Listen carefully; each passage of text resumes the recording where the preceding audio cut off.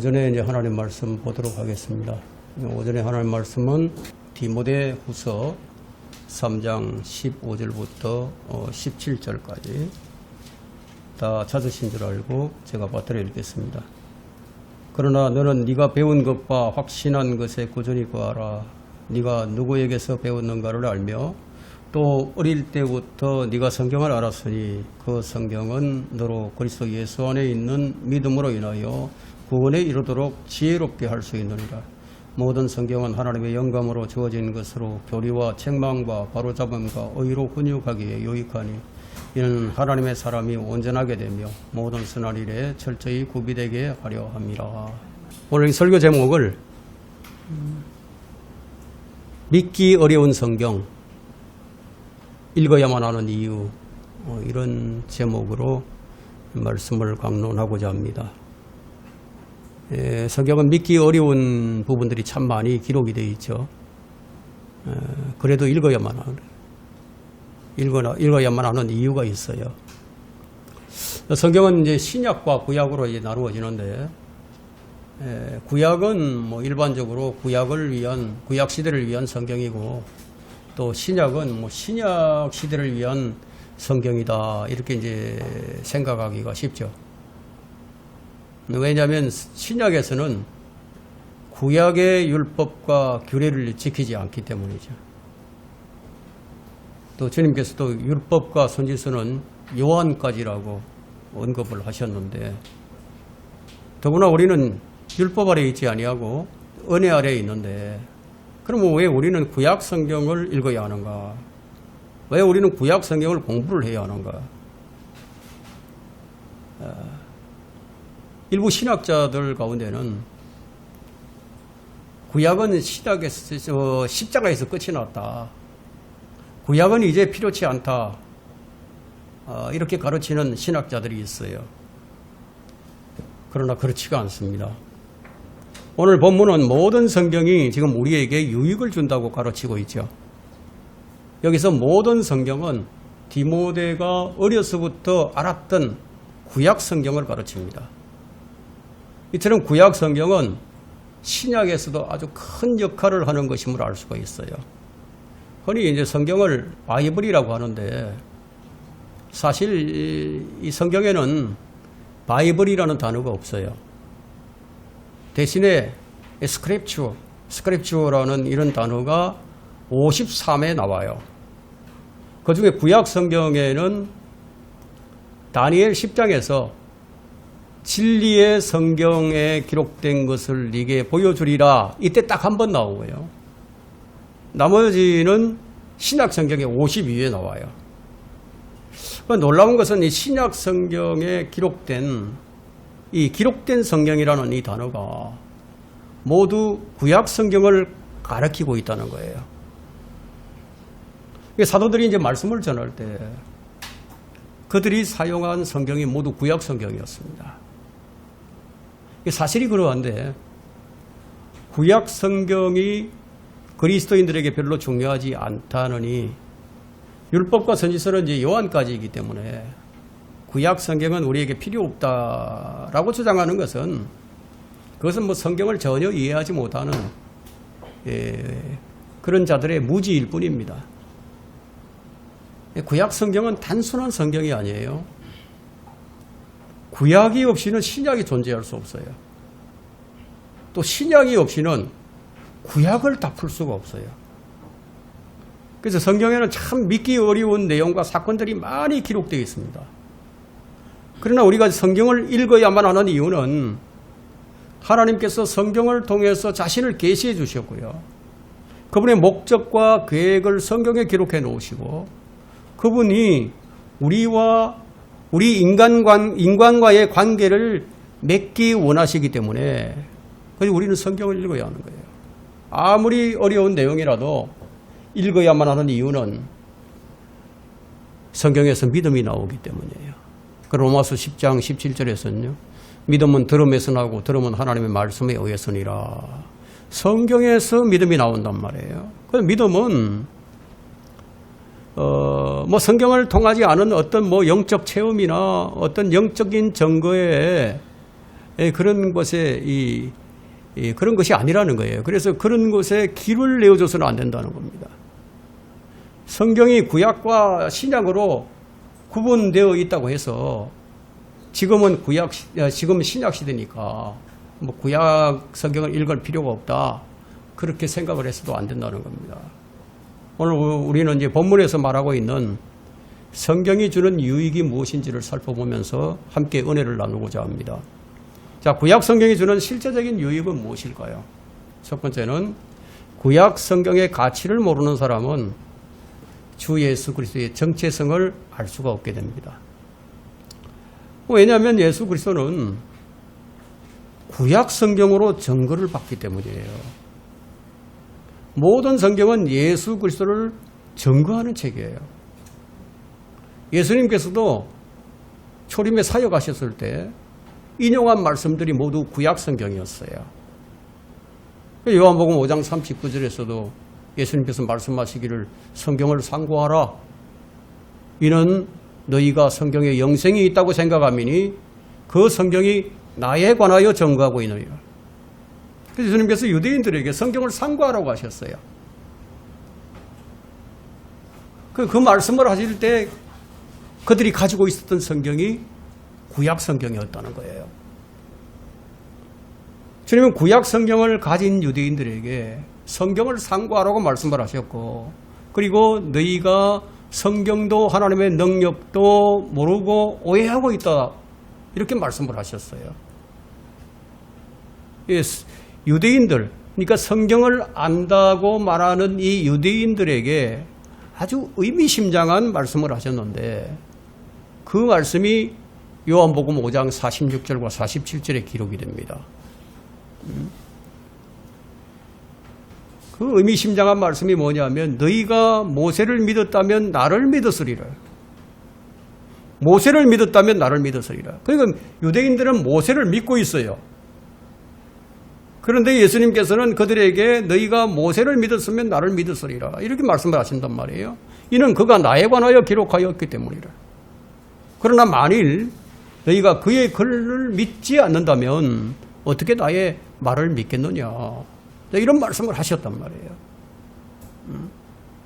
그러니까 성경을 가지고 믿는다고 해도 그거 사실 믿지 않는 것일 수도 있다는 거예요. 이게 참 중요하죠. 많은 사람들이 예수님을 믿는다고 하지만 사실은 그 믿는 게 아닐 수도 있다는 거예요. 예수님 말씀을 보면 그런 거죠. 그러면 예수 그리스도에 관해서 기록된 이 구약 성경에는 뭐가 있느냐? 도대체 어떤 것이 기록되어 있느냐? 혼의 구원이 기록이 되어 있어요. 믿음을 통한 구원과 그리스도의 고난과 그분의 십자가가 기록이 되어 있어요. 그분이 죽고 장사되고 부활하는 이 모든 것들, 초림과 재림, 모든 것이 다 들어있어요. 신약의 핵심 진리가 구약 성경에 다 들어있는 거예요. 자, 그러나 사람들의 전통을 교리로 가르치는 바리새인들과 서기관들은 구약 성경에서 예수 그리스도를 발견할 수가 없었어요. 읽어도 읽는 게 아니었다는 거죠. 신약은 구약의 성취인데 그들은 전혀 구약의 진정한 메시지를 이해하지 못하고 있었다. 자, 오늘날에는 그와는 반대로요. 구약 성경이 중요하지 않다든지, 뭐 구약 성경은 신약 성경보다 못하다든지, 뭐 별로 유익하지 않다, 이런 말을 하는 자들이 있는데, 그것은 예수님이 그리스도이심을 입증하는 근거들을 폐기하려는 마귀의 술책에 빠져버렸기 때문이에요. 마귀가 이런 식으로 역사를 합니다. 자, 구약 성경은 복음을 입증할 때 너무나 중요한 성경입니다. 자, 구약 성경은 예수님이 아주 선명하게 드러나고 있어요. 왜냐하면 예수님은 구약 성경에 자신을 계시해 놓으셨으니까. 그래서 성경을 상고하라. 그 성경이 나에 관하여 증거하고 있다, 이런 말씀을 하신 거예요. 그럼 신약을 기록한 사도들은 구약을 통해서 예수님이 그리스도임을 믿고 선포를 합니다. 구약 성경이 없이는 예수님이 하나님의 아들이심을 입증할 길이 전혀 없는 거예요. 그런데 의외로 이 성경의 권위를 무시하는 신학자들이 참 많이 있죠. 그러니까 바리새인들과 서기관들이 생명의 말씀이신 예수 그리스도를 십자가에 못 박아 죽였다면 오늘날의 신학자들은 살아있는 성경의 기록을 믿지 못하도록 막는 역할을 하고 있는 거예요. 구약 성경에는 예수님께서 하신 일들과 앞으로 하실 일들까지가 다 기록이 되어 있다. 이미 성취된 일보다도 앞으로 성취되어야 할 일들이 훨씬 더 많이 남아 있어요. 성경은 미리 기록된 역사입니다. 미리 기록된 역사를 통해서 미래를 대비하고 소망을 갖게 해주는 것이 바로 구약 성경이라는 거예요. 거기에는 주의 날이 나오죠. 하나님의 날이 나오죠. 그리스도의 날, 대환란, 다가올 심판, 다가올 세상에 대한 말씀은요, 오히려 신약 성경보다 구약 성경에 더 많이 기록을 하고 있습니다. 그러면 이스라엘의 회복과 이방 민족에 대한 심판이 아주 구체적으로 각 나라의 이름을 거명하며 기록된 것이 바로 구약 성경이에요. 지금 이스라엘 주변에 있는 국가들이 앞으로 어떤 재앙을, 어떤 심판을 받을 것인가까지도 다 기록이 되고 있다.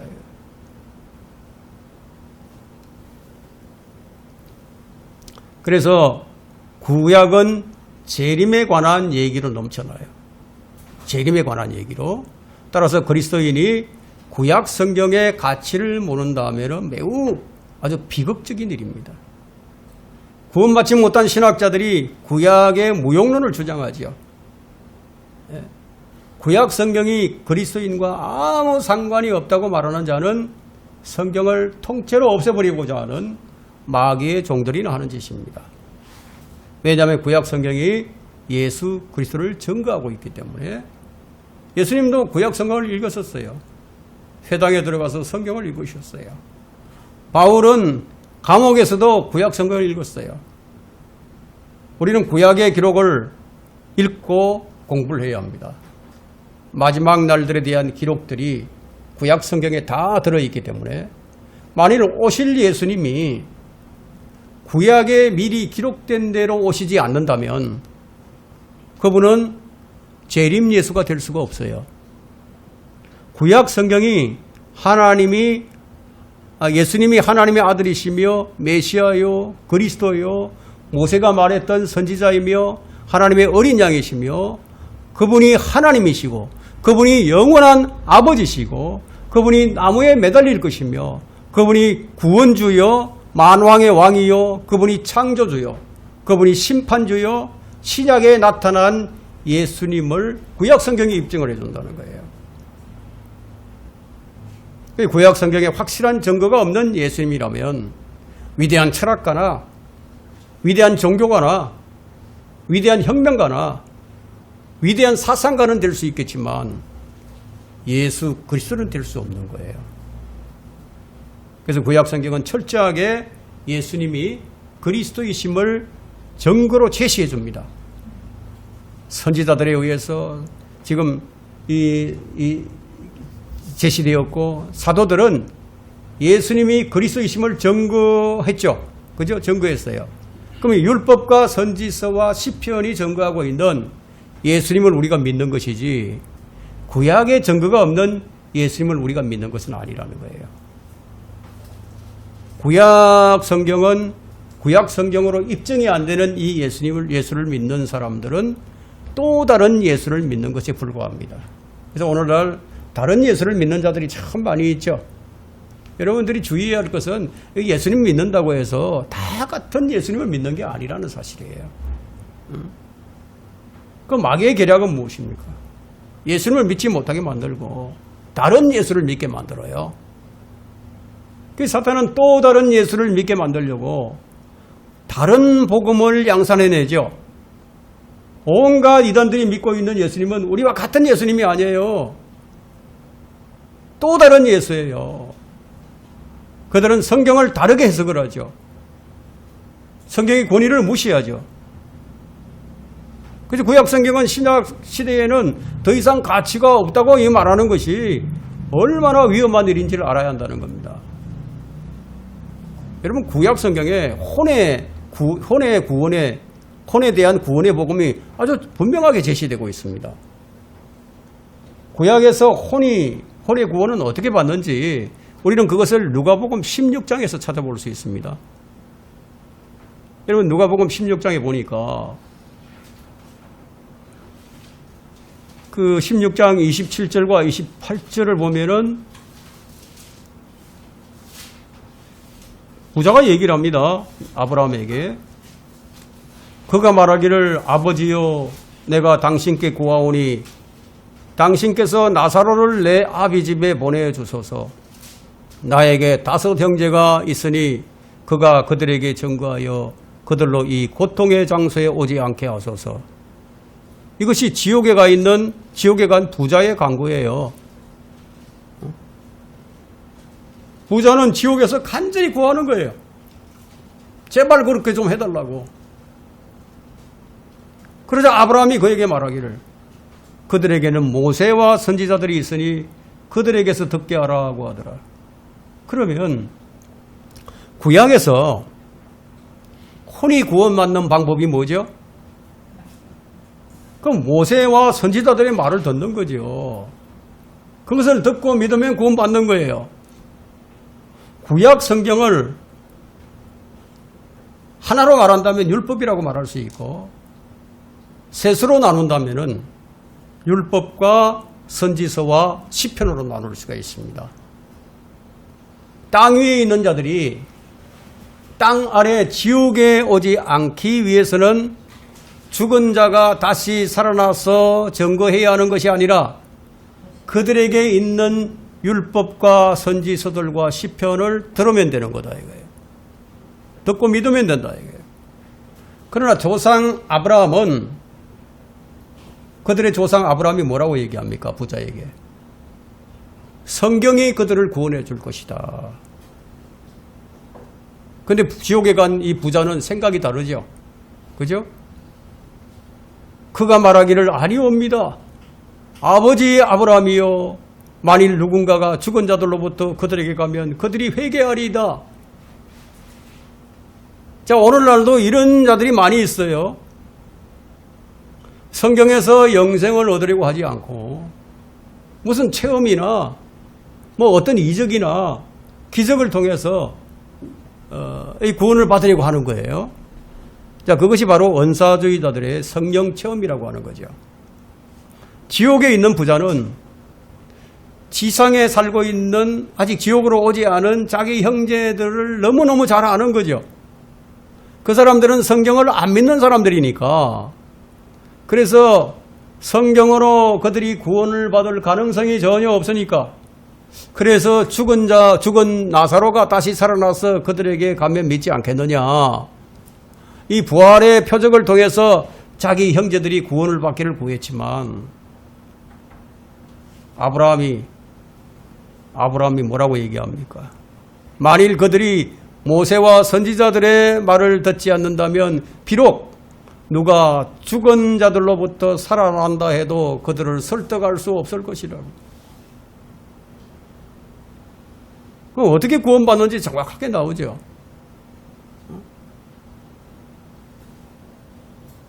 체험을 통해서 아니라는 거예요. 무슨 은사 체험으로 구원받으려고 하는 자들에게 지금 이 경종을 울리는 말씀이에요. 근데 그 사람들은 이 성경을 읽죠. 누가복음 16장을 읽어요. 그런데 이러한 사실을 발견하지 못하는 거예요.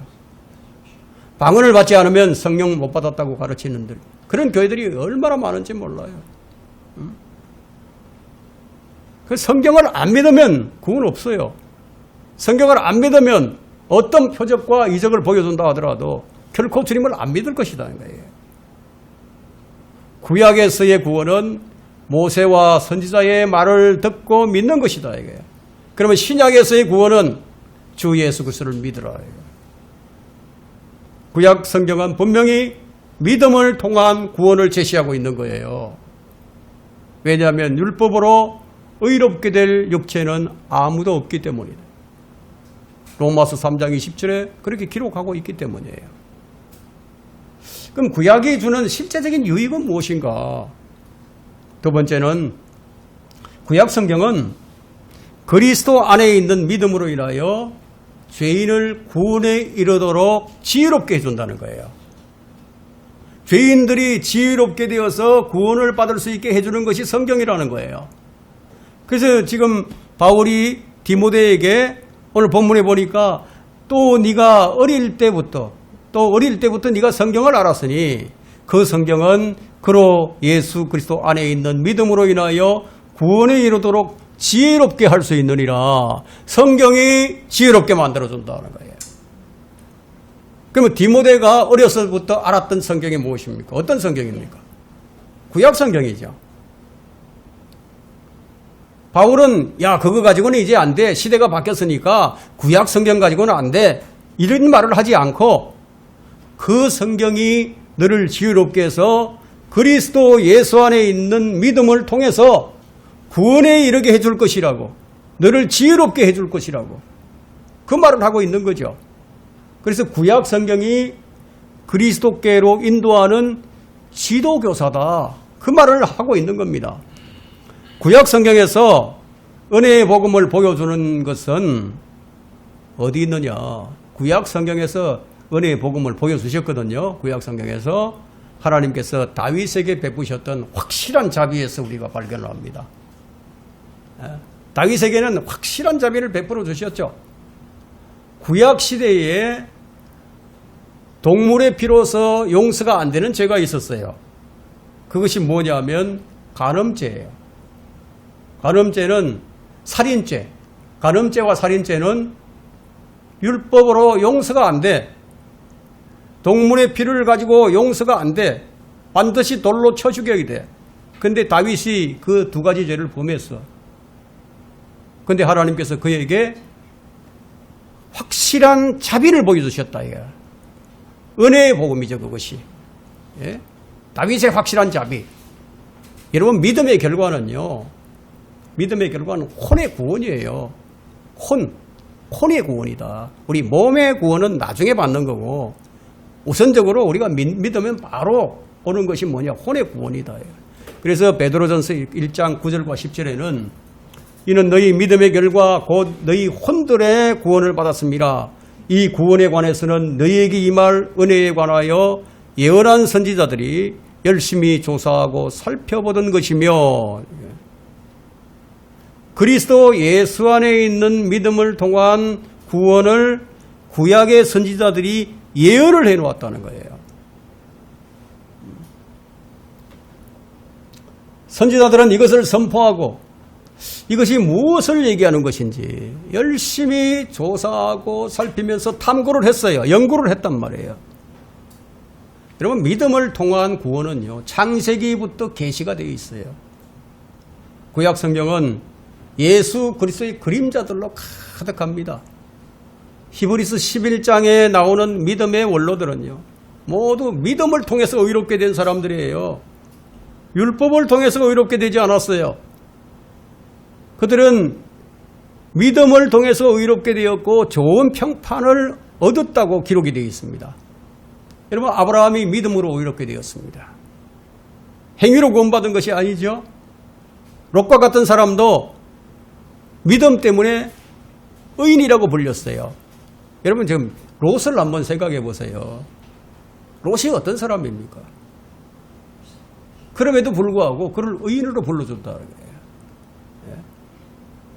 행위가 없는 믿음에 의한 구원은 여러분 새롭게 등장한 새로운 교리가 아니에요. 디모데가 어릴 때부터 알았던 구약 그 성경에는 구약적인 믿음에서 신약적인 믿음으로 이르게 하는 하나님의 의가 계시되어 있음을 바울이 로마서 1장 17절에서 설명을 해줍니다. 이 복음 안에는 믿음에서 믿음으로 이르게 하는 하나님의 의가 계시되어 있으니 믿음에서 믿음으로 이르게 한다. 구약적인 믿음에서 신약적인 믿음으로 이르게 해준다. 그래서 베드로전서 1장 11절에는 성령께서 선지자들을 통해서 우리에게 임하게 될 은혜에 관한 우리에게 임하게 될 은혜, 그게 뭐예요? 구원이죠. 예, 구원이단 말이에요. 예, 그것을 위해서 그리스도가 어떤 고난을 받아야 할 것이며 그리스도가 그 뒤에는 어떤 영광을 받아야 할 것인지 미리 증거를 했다는 거예요. 선지자들이. 그래서 베드로전서 1장 11절 이렇게 기록합니다. 그들 안에 계셨던 그리스도의 영이 그리스도의 고난과 다가올 영광을 미리 증거하실 때 그 영이 무엇을 또 어떤 시기를 지시하시는지 탐구하던 것이니라. 그래서 사실은 이제 구약의 선지자들이 그리스도의 고난과 영광을 미리 이제 증언을 했지만 사실 그것이 무엇을 의미하는지 잘 몰랐어요. 그래서 그것을 좀 알기 위해서 열심히 조사를 하고 탐구하고 연구도 했어요. 근데 그들이 몰랐던 것이 무엇입니까? 그것이 언제 일어날는지 그 시기를 몰랐어요. 우리가 지금 휴거가 언제 일어날 것인지 대환란이 언제 일어날 것인지 예? 우리가 지금 이스라엘 회복이 언제 될 것인지 천년왕국이 언제 세워질 것인지 영원세계가 있다는 것을 우리가 알아요. 알죠? 알아요. 그렇다고 해서 우리가 그 날이 언제인지 그 때가 언제인지 우리가 아무리 계산을 하고 아무리 연구를 하고 그렇게 해도 모르는 것처럼 구약의 선지자들도 그랬다는 거예요. 바울은 디모데가 어렸을 때부터 성경을 알았다고 말씀하고 있습니다. 그리고 그가 아는 성경이 디모데를 지혜롭게 만들어서 그리스도 안에 있는 믿음으로 구원에 이르게 한다. 이것을 얘기하고 있죠. 그러니까 어렸을 때부터 성경을 아는 것이 얼마나 좋은 것인가. 어렸을 때부터 신앙생활을 아는 자들이 얼마나 좋은 것인가. 성경이 그를 지혜롭게 만들어주는 거예요. 왜냐하면 구약 성경이 증거하고 있는 것이 예수 그리스도시니까. 모세는 그리스도를 증거했어요. 시편은 그리스도에 관한 계시로 넘쳐납니다. 모세가 말한 선지자가 누군지, 이사야가 말한 예언한 어린 아기가 누구인지, 구약 성경은 그것을 아는 사람을 지혜롭게 해준다. 성경은 어리석은 자를 지혜롭게 하고 단순한 자에게 명철을 줍니다. 그를 구원으로 인도한다는 거죠. 그래서 예수 그리스도는 구약의 성취예요. 만일 예수님께서 구약에 증거된 대로 성경이 이루어지게 하지 않으셨다면 예수님은 그리스도가 아니에요. 예수님은 성경이 이루어지게 함으로써 자신이 그리스도이심을 입증하셨단 말이에요. 자신이 바로 성경이 말하고 있는 그 인물이라는 것을 많은 증거들을 통해서 보여주셨어요. 예수님의 기도를 보게 되면 요한복음 17장 12절에서 이로써 성경이 이루어지게 한 것이옵니다. 히브리서 10장 7절에는 두루마리 책에 나에 관하여 기록한 것과 같이 주의 뜻을 행하려고 내가 왔나이다. 구약의 기록들을 이루시려고 예수님께서 오셨다는 거예요. 성취하시려고. 바울은 이것을 뭐라고 표현하느냐? 성경대로. 성경대로. 자, 우리가 성경대로 믿는다 얘기할 때 이 성경대로가 뭐냐? 자, 복음이 우리가 구원받은 것도 성경대로 구원받은 거예요. 자, 고린도전서 15장 3절과 4절을 보게 되면요. 이는 성경대로 그리스도께서 우리의 죄들로 인하여 죽으시고 장사되셨다가 성경대로 셋째 날에 다시 살아나셨다. 성경대로는 뭐냐? 구약 성경에 예언된 대로 예수님의 죽음과 장사와 부활은 새로운 것이 아니었다. 성경에 기록된 대로 되었다. 만일 예수님이 하신 일들이 성경의 기록과 다르다면 그분은 거짓 메시아에 불과하다. 우리가 본문에서 발견하는 것은 믿음은 성경의 기록을 통해서 온다. 예수님께서 자신을 어떻게 증언하셨는가? 구약 성경으로 정언하셨다. 그래서 누가복음 24장 27절에는 모세와 모든 선지자로부터 시작하여 자신에 관하여 모든 성경에 있는 것들을 그들에게 설명하시더라. 예수님은 구약 성경으로 복음을 전파하셨고요. 십자가의 고난과 죽음, 장사와 부활을 구약 성경을 가지고 다 풀어서 설명을 해 주셨어요. 제자들은 예수님께서 열어주신 이 구약 성경으로 인해서 마음이 뜨거워졌어요. 여러분들 이게 성경을 읽을 때 여러분 마음이 뜨거워진 적이 있으십니까? 예? 성령께서 여러분의 마음을 열어주시면 마음이 뜨거워져요. 엠마오로 가던 두 제자의 말을 들어보면 성경을 열어주실 때 우리 마음이 뜨겁지 아니하더냐? 예, 성경이 열리면 마음이 뜨거워지고요. 기쁨이 있어요. 말씀을 깨달았을 때요. 그 기쁨은 말로 다 형용할 수가 없어요. 주님은 성경 기록으로 그들을 회심케 하셨어요. 주의 제자들은 어떻게 부활을 믿게 되었습니까? 부활을 어떻게 믿게 되었죠? 부활하신 주님께서 누가복음 24장 45절에 보니까 그때 그들의 지각을 열어주셔서 성경을 깨닫게 하시더라. 여러분이 성경을 읽어도 무슨 말인지 잘 모르게 되면 여러분들이 지각을 열어달라고 기도를 하셔야 돼요. 지각을 열어달라. 내가 주님의 말씀을 좀 더 알기를 원합니다.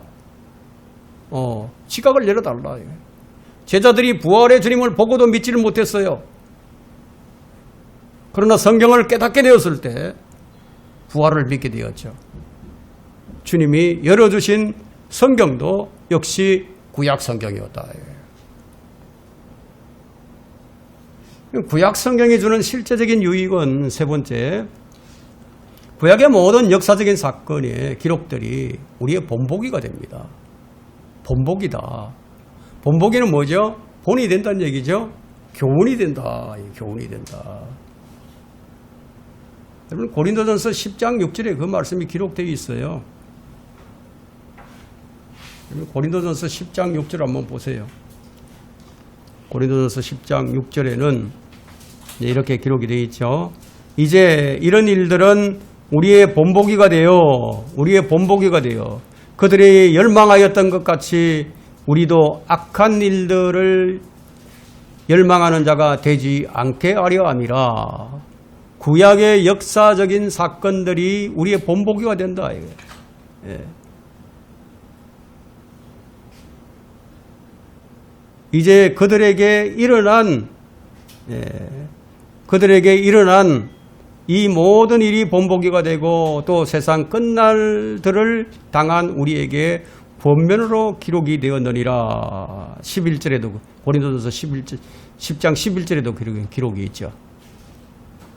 그리고 구약이 마지막 시대를 사는 우리에게 실제적인 유익을 가져다 준다는 거예요.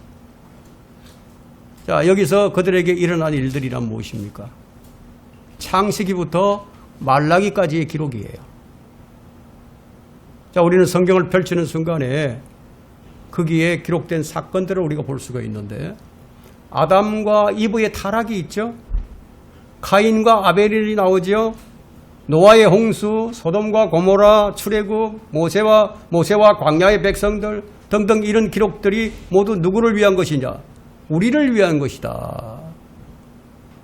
이것들이 우리에게 본보기가 되지 못한다면 우리는 무엇과 같다? 멸망하는 짐승과 같다는 거예요. 아, 이렇게 하면 멸망하는구나. 자, 이렇게 하면 복을 받는구나. 현재 우리가 이걸 적용하는 거예요. 그래서 구약은 신약의 본보기다. 그러면 구약에 있는 절기들이 있죠. 여러 절기들, 7절기가 있고요. 제사법들이 있어요. 또 많은 규례들도 있죠. 명령들도 있어요. 그럼 그것들은 뭡니까? 그것들도 우리의 본보기다. 사도들은 성도들을 훈계할 때마다 구약 성경을 인용했습니다. 신약의 교리를 세우고 설교를 할 때마다 구약을 열어서 가르치셨어요. 구약을 열어서. 구약 성경을 통해서 신약의 교리가 세워지고 신약의 교회가 강성해졌다는 겁니다. 그래서 우리가 인내하면 어디서 본보기를 얻죠? 욥을 통해서 욥은 우리의 본보기가 되죠. 엘리야의 기도, 우리의 본보기죠.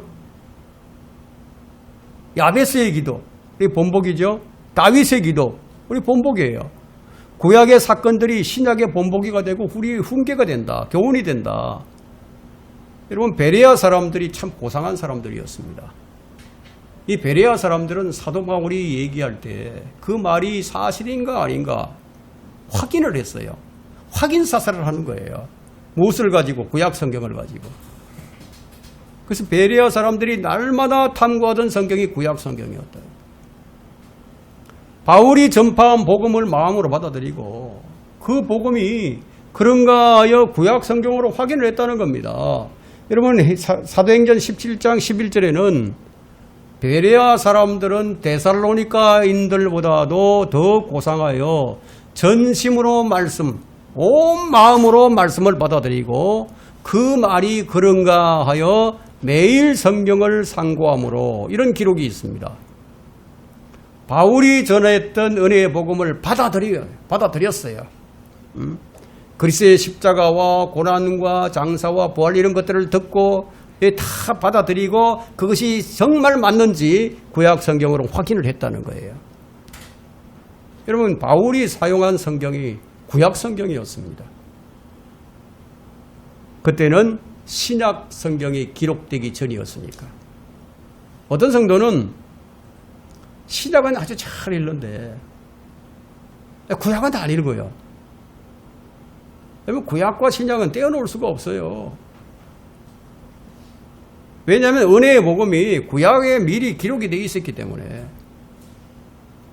로마서 1장 1절부터 2절에는 예수 그리스도의 종 바울은 사도로 부르심을 받아 하나님의 복음을 위하여 성별된 바, 이는 그분께서 자기의 선지자들을 통하여 성경에 미리 약속하신 것이라. 선지서들을 통해서 성경에 미리 다 약속이 되어 있었다는 거예요. 그렇다면 구약 성경이 우리에게 주는 유익이 무엇입니까? 어떤 유익을 주죠? 로마서 15장 4절을 보니까 무엇이든지 전에 기록된 것은 우리의 교훈을 위하여 기록된 것이니 이는 성경이 주는 인내와 위로로서 소망을 지니게 하려 합니다. 자, 성경이 주는 인내가 있고 성경이 주는 위로가 있고 성경이 주는 소망이 있어요. 우리의 실제 생활에 필요한 교리들이 구약 성경에 다 들어있다는 겁니다. 예수님께서 구약 성경을 소홀히 대하는 사람들에게 하신 말씀이 있어요. 구약 성경을 무시하는 자들에게 하신 말씀이, 그 말씀이 바로 마태복음 22장 29절에 기록된 말씀인데, 너희가 성경도 하나님의 능력도 모르고 오해하고 있도다, 이 말씀이었습니다. 이처럼 오늘날에도 성경과 하나님을 오해해서 자기 멋대로 하나님을 섬기는 자들이 많이 있죠. 그리스도인들은 율법을 우리의 교리로 생각하지는 않지만 율법은 여전히 우리에게 교훈을 가져다 줘요. 바울은 사람이 율법을 합법적으로 사용하면 율법이 선한 것인 줄 아노라 하고 디모데전서 1장 8절에 기록하고 있어요.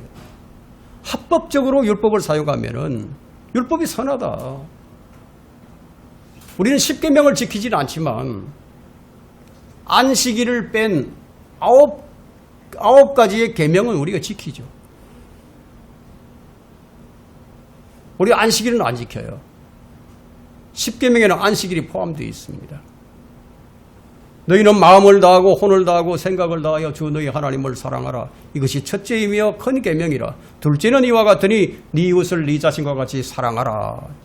이 명령 역시 어디에서 나온 거예요? 예수님께서 하신 말씀인데 어디서 나왔냐요? 모세율법에서 나온 거죠. 우리는 율법 아래 있지 않기 때문에 10계명은 우리와 상관이 없다, 이런 말을 할 수 없어요. 오늘 신약 시대에 많은 사람들이 10계명은 우리와 상관없다, 이런 얘기하는 사람들이 많아요. 바울은 너는 네 이웃을 네 자신과 같이 사랑하라, 자, 이런 얘기를 했는데 야고보서 기자는 이것을 왕의 법이라고 얘기를 합니다. 왕의 법이다. 이보다 더 큰 법은 없다는 거죠. 구약의 명령들이 신약에서 그대로 적용되는 것들이 참 많이 있습니다. 여러분 에베소서 6장 1절로부터 3절은요. 10계명에 있는 말씀이에요. 우리는 신약 시대에 사는데 뭐 10계명은 우리하고 상관이 없지 않느냐. 그렇지가 않아요. 신약에 주어진 이 계명들이 구약과 연관이 되어 있다는 거예요. 구약이 신약을 위해서 기록이 되었습니다. 구약이 신약을 위해서 기록이 되었다. 이것이 율법을 적법하게 사용하는 예라고 볼 수 있는데 그렇게 적법하게 사용을 할 때 율법은 선한 것이다. 구약 성경은 신약 성경과 동일하게 영감으로 주어진 하나님 말씀입니다. 어떤 사람은 뭐 거부하고 싶은 말씀이 구약 성경에 있으니까 구약 성경에서 나온 거니까 뭐 신약 시대에는 필요 없는 것이다 이렇게 거부하죠. 믿고 싶지 않는 것은 뭐 구약이라고 이렇게 핑계를 대버려요. 예를 든다면 이 사형제도 있죠. 사형제도. 그건 구약의 법이지 신약의 법이 아니다. 신약에서는 서로 사랑해야만 하는 것이다. 이렇게 주장하는 거예요. 신약에서도 사형제도를 인정하고 있다 이거예요. 성경은 동성연애를 범죄라고 얘기를 합니다. 그런데 그것은 구약의 제도라면서 교회는 사형제도를 반대하고 동성연애를 찬성해야 한다고 말하는 자들이 지금 점점 더 늘어나고 있는 추세예요. 이것이 바로 미친 마음을 품고 미친 길을 가고 있는 거예요. 구약과 신약은 하나님께서 쓰신 책입니다. 구약의 하나님과 신약의 하나님은 같은 분이에요. 자, 우리는 말씀을 올바로 나누는 것이지, 뭐 다른 것을 같다고 얘기한다거나 같은 것을 다르다고 한다거나 그러지 않아요.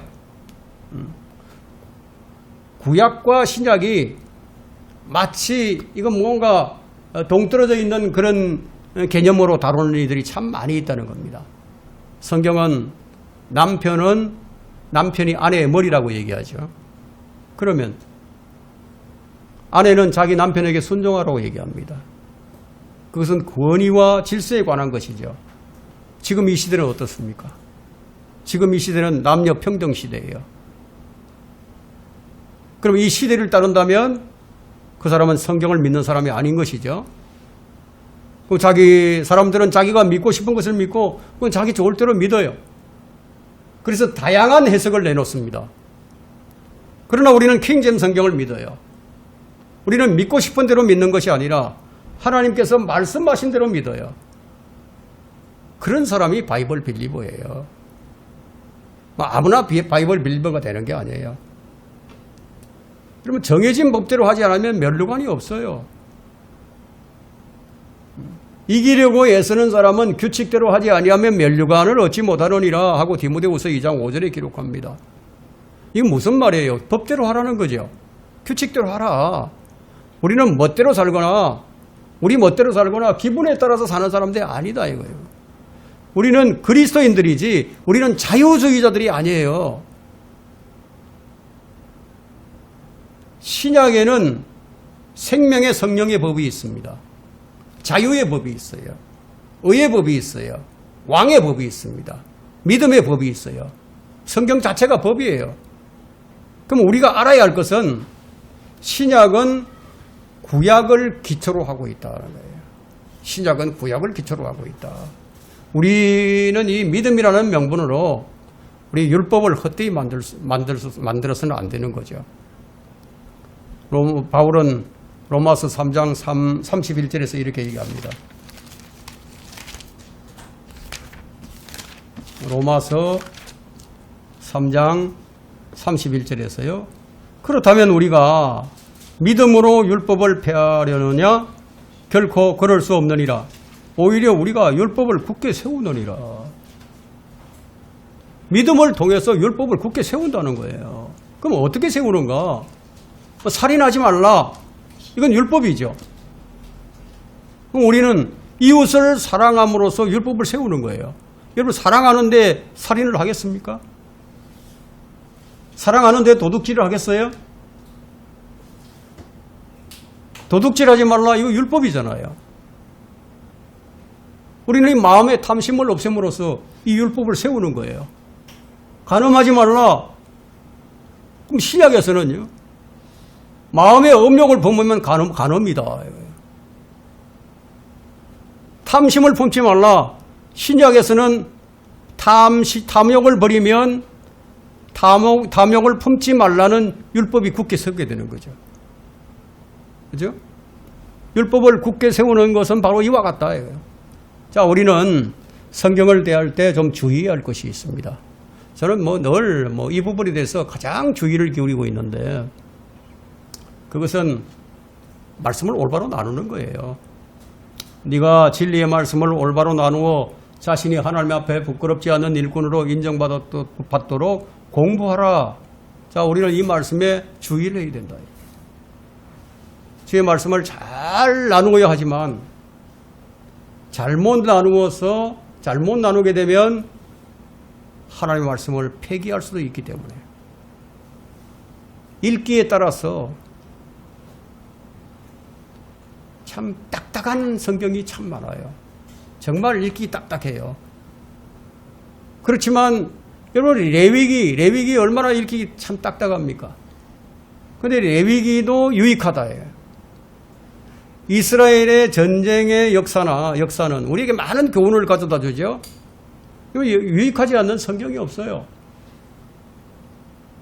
우리가 구약이 좀 재미가 없다. 그래서 이 구약 성경을 좀 등한히 한다면은 좀 손해를 보게 되죠.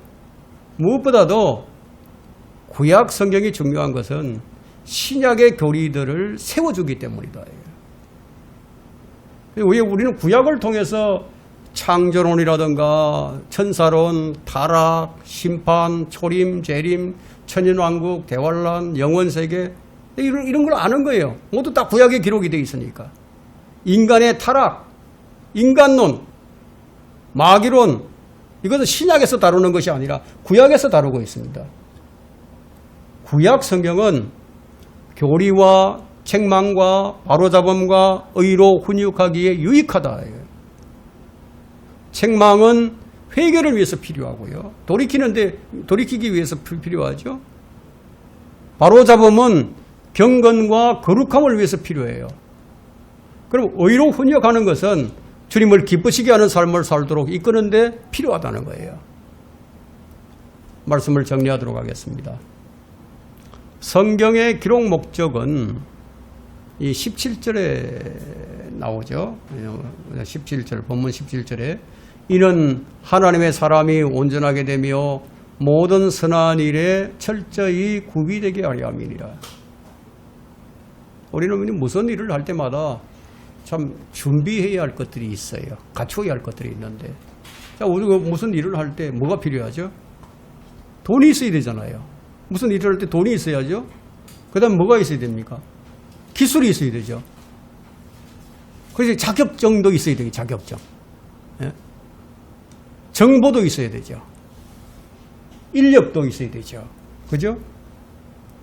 여러 가지 필요가 있듯이 무슨 일을 하려면 그게 필요하단 말이에요.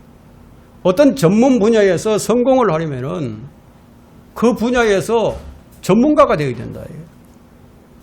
이와 마찬가지로 하나님의 사람들도 갖추어야 할 것이 뭐냐? 바로 성경 지식이라는 겁니다.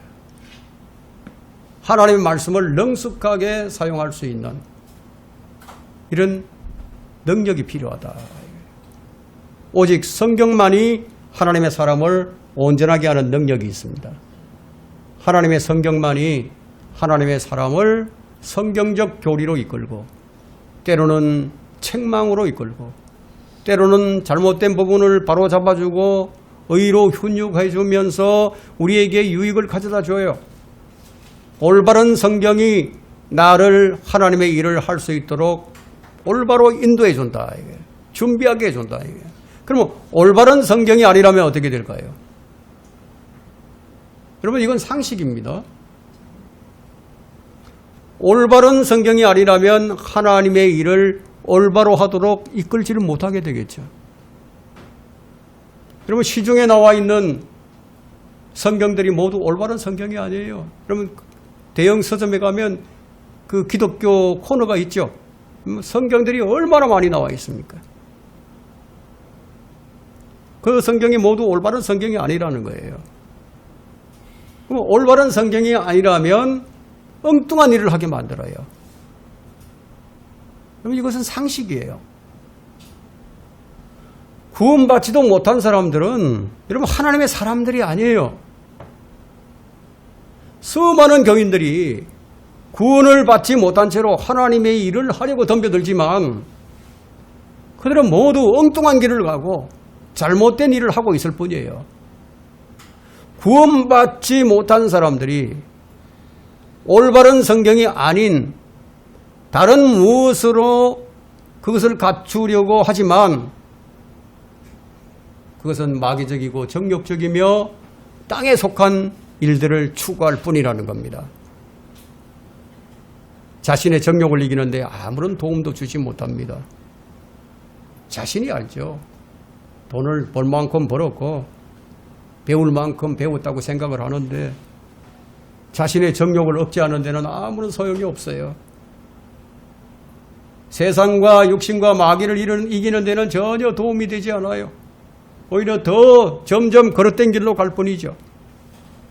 이것을 이기는 방법이 뭐냐? 바로 하나님의 말씀, 올바른 성경이다. 올바른 성경 기록들은 내 자신을 이기게 만들어요. 많은 이들이 교리의 풍조에 밀려서 이리저리 달려갑니다.